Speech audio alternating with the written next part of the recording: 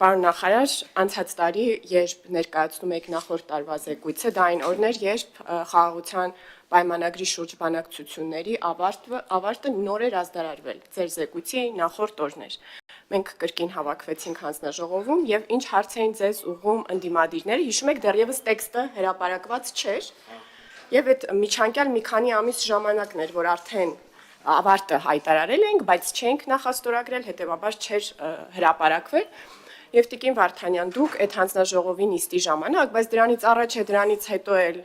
ունենալով ձեր ֆրակցիայում անձանց, ովքեր ծանոթացել են խաղաղության պայմանագիրը, գիտեք ճշգրտությամբ ինչ բառեր են այնտեղ գրված, հետեւյալ հարցն եք ուղղել նախարարին։ Արդյոք Հայաստանը հանձնառություն է վերցրել պայքարելու ռևանշիզմի դեմ։ Մի ընդհատեք ինձ, լսեք, լիագումար նիստերի դահլիճում ձեր պատասխանը պետքա ձեր պատասխանին ակնկալելու եմ լիագումար նիստերի դահլիճում։ Հարցնում էր, ռևանշիզմի դեմ հանձնառություն Հայաստանը վերցրել է, թե ոչ։ Օրերս ձեր դաշինքի ղեկավար Ռոբերտ Քոչարյանը հիմնավորելու համար, որ խաղաղություն հնարավոր է միայն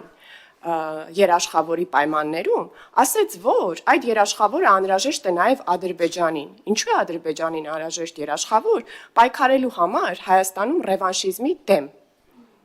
Այսինքն ռևանշիզմի դեմ պայքարի մեխանիզմ ձեր ֆրակցիայի ղեկավարն է առաջարկել Ադրբեջանին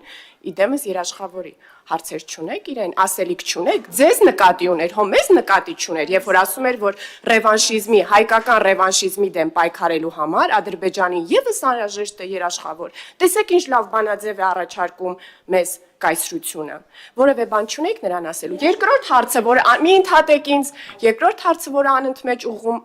էիք, դուք ասում եք Հայաստանի տարածքից երբ են դուրս գալու Ադրբեջանի զորքերը, ինչու եք ստորագրել խաղաղության պայմանագիրը, եթե այդ զորքերը մեր տարածքում են։ Եվ ինչ, ձեր դաշինքի ղեկավարը, էլի իր հայտնի, չկան մյուս падգամավորներ իրենց այս ասելիք ուղղված, որովհետև դուք զոհերն եք այս խոսակցության, ասեց, որ խաղաղություն կա օրինակ Կիպրոսում։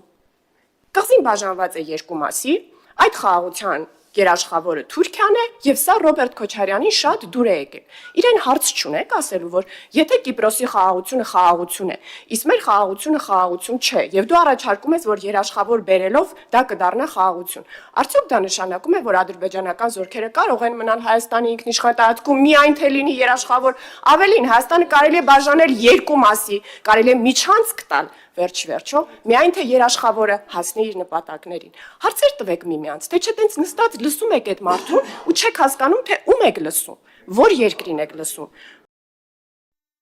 Հավանիչ տեսանյութը եւ բաժանորդագրվիչ նորությունները բաց չթողնելու համար։